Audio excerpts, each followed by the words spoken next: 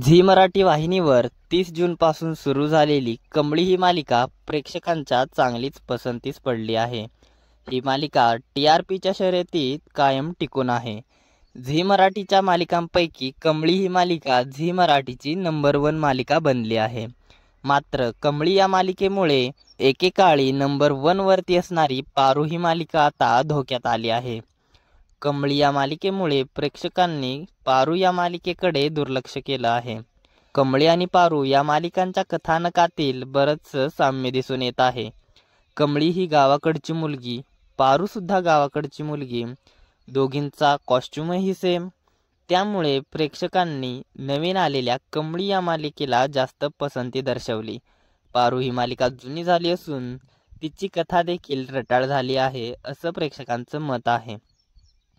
Zee मराठीच्या top 5 TRP लिस्टमध्ये सुद्धा पारू या मालिकेचं स्थान दिसत नाहीये.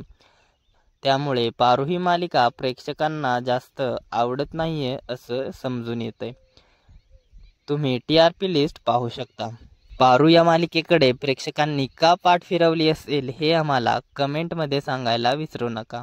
आणि झी मराठीची तुमची आवडती मालिका कोणती हे देखील कळवायला विसरू नका. धन्यवाद.